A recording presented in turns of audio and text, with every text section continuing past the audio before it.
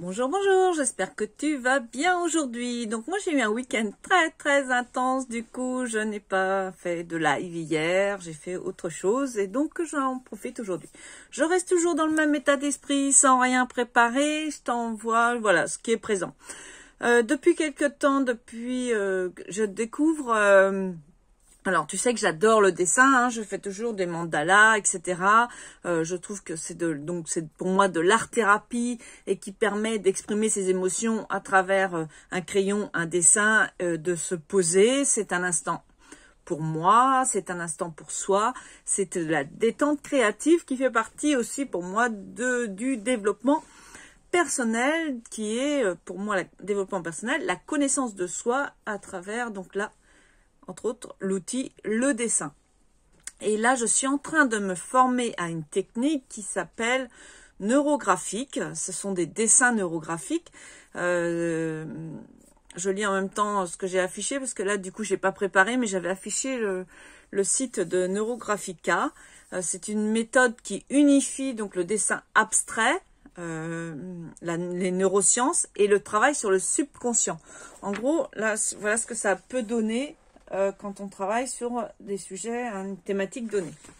Ça, c'est le travail final.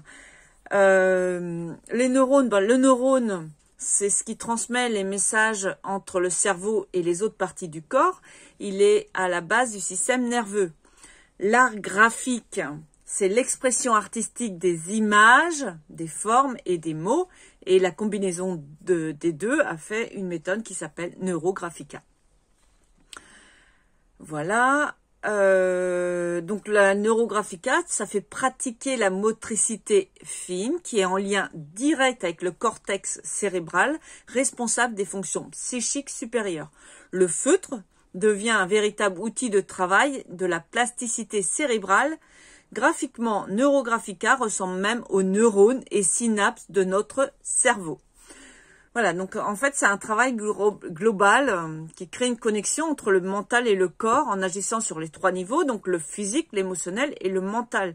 Donc ce qui permet d'enlever des tensions corporelles, les émotions et les pensées négatives. J'aime à dire dans mes accompagnements que nos trois parties entre le physique, les émotions et le mental, tout est lié. Donc le corps physique, les émotions souvent liées au cœur et le mental à l'ego et à l'esprit. Souvent je dis quand on n'arrive pas, quand on a beaucoup d'émotions et qu'on a du mal à gérer et à traiter ses émotions, quelquefois travailler sur son corps physique ou sur ses pensées, sur sa façon de penser, aide à réguler nos émotions et vice versa. Quand le physique va mal, qu'on est courbaturé, travailler sur ses émotions, sur son mental aide aussi à aller beaucoup mieux physiquement, etc., etc. Lise Bourbeau appelle ça le triangle de l'être. Donc j'aime beaucoup. Je t'invite à aller faire une recherche sur le triangle de l'être de Lise Bourbeau pour voir de quoi je parle. Donc voilà ce que j'avais envie de te partager. Je pense, si ça t'intéresse, n'hésite pas à me le dire. Je ferai peut-être un atelier en direct si il y a des personnes qui sont intéressées. Sinon, de toute façon, je pense que je le ferai aussi sur l'ADN créatif, donc ce qui est mon salon de partage par rapport à tout ce qui est la détente créative, une communauté pour partager tous nos loisirs créatifs. Donc là, pas forcément axé sur le développement personnel, mais pour tout ce qui est notre travail manuel en fait. Voilà ce que je voulais te partager. Sinon, je teste aussi les feutres à alcool de chez Action. Donc voilà ce que ça a donné à peu près comme exercice. Voilà, j'aime beaucoup ce mélange de couleurs. Je trouve ça très reposant et très dynamisant, ces feutres à alcool. En plus, donc ceux-là, je les ai trouvés Action. C'est relativement peu cher, puis pour ce que j'en fais, moi, c'est très bien. Et en plus, ils avaient des feuilles, parce que quand tu travailles le feutre à alcool, en fait, il faut une certaine texture pour tes feuilles, sinon ça traverse. Même là, tu vois, ça traverse un petit peu, hein, on voit bien. Mais c'est pire quand tu utilises une feuille normale. Donc, de mémoire, les feuilles pour utiliser les feutres à alcool s'appellent des Layot, L-A-Y-O-U-T, pour information. Voilà ce que j'avais envie de te partager. Donc, si tu as envie de rentrer qu'on échange sur différentes thématiques. Hein. J'offre toujours un appel découverte, donc n'hésite pas à rentrer en contact avec moi. Ce qui m'appelle aujourd'hui, tiens, c'est de te tirer, là j'avais ça sous les yeux, une carte sur la joie de vivre. Hop, une petite carte du jour, il y avait longtemps. Alors, au hasard, j'ose me reposer lorsque je suis fatiguée, en respectant son rythme physique, en écoutant les messages de son corps.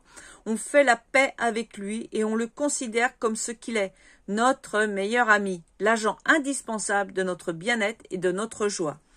Yes, tout à fait. Faut aussi savoir écouter son corps, s'il y a des maux, si tu as des blocages, si tu as des douleurs, des contractures, écoute-les, c'est qu'elles ont quelque chose à te dire. Les mots du corps sont juste sont pas là pour t'embêter, c'est juste un signal d'alarme. C'est comme un clignotant sur la voiture. Quand on voit clignoter, on se dit « Ah, attention, il y a quelque chose ». Oui, peut-être parce que la voiture devant change de direction ou va changer de direction. Donc, surtout, écoute les petits mots, l'introspection de soi, s'observer.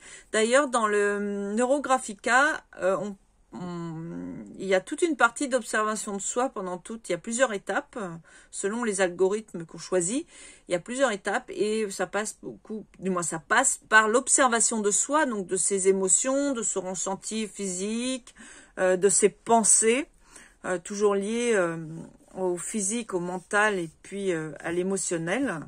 Donc le corps en fait partie. On revient toujours à la même chose et j'adore. Là-dessus, je te souhaite une excellente journée. J'ai hâte de te lire. C'est toujours un plaisir.